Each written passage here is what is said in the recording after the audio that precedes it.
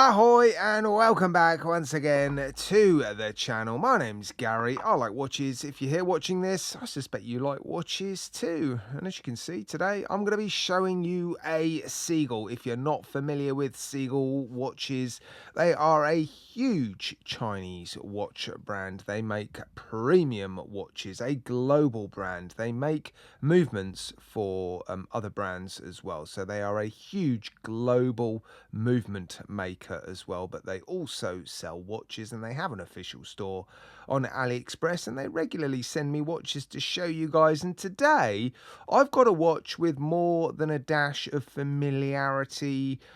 I guess you could call it a homage watch. They don't tend to make homage watches, Seagull, but yeah, there's definitely a dash of familiarity here. Are you familiar with Zenith watches? The Elite Classic. Now, I've taken a good look at this watch alongside pictures of the Zenith Elite Classic, and it is by no means a copy. There are a lot of, well, some subtle and some not so subtle differences, but at a glance, there is definitely a striking resemblance. And inside of this watch, we have probably my favourite Seagull movement, the ST2130, a higher beat automatic movement, a clone of the ETA 2824, a legal clone. So, yeah, I'll get some plastic off. I'm not going to film that bit. It's a bit boring.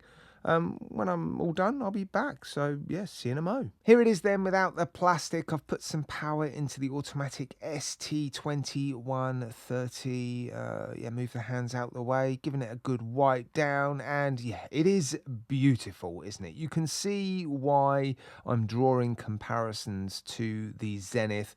Although, when you look closely, there are a lot of differences. The crown is quite different. The date window at the 6 o'clock is different.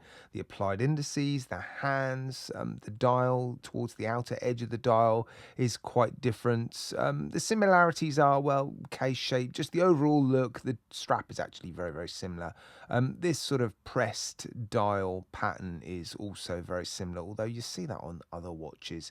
There's no denying, I think they've gone for that sort of look, but there are quite a lot of differences. So I don't think people can look at this watch and say, well, it's a copy of the Zenith. I don't think it is at all. Yeah, they've done something really interesting with the finishing. They have stopped the brushing on the side of the case almost halfway up the mid case. Look, that's not an easy thing to do. It's easy to transition from brushing and polishing when you've got a corner.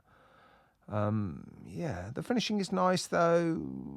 The corner's a little bit questionable there, and I think there might be just a touch of overbrushing actually on the side of the case, but to the naked eye, it is a beautifully finished watch. Obviously, I'll take some macro shots and I'll zoom right into the dial and those applied indices. Yeah, I love this movement. I don't want to talk about the movement too much because I've spent quite a lot of time in the past talking about this 2130, this ST2130, and why I like this movement so much.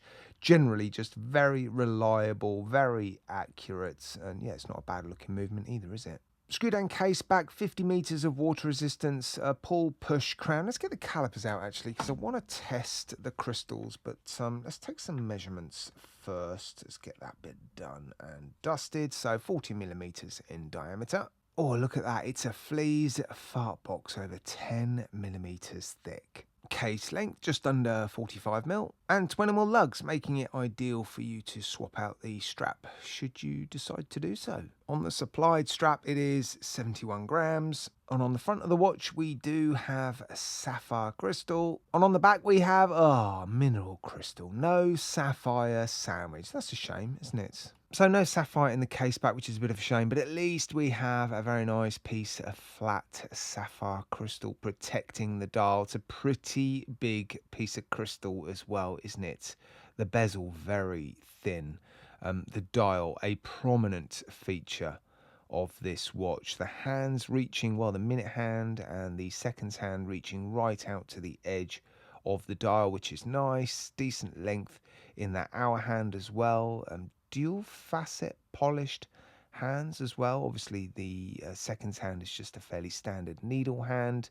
Very nice print on the dial, very simple, beautiful polished applied indices, diamond shaped elongated diamonds at the 12, 3, 6 and 9, and a very nicely framed date window at the 6. So a beautiful dress watch, it really is, isn't it? And the polishing seems to be very nice.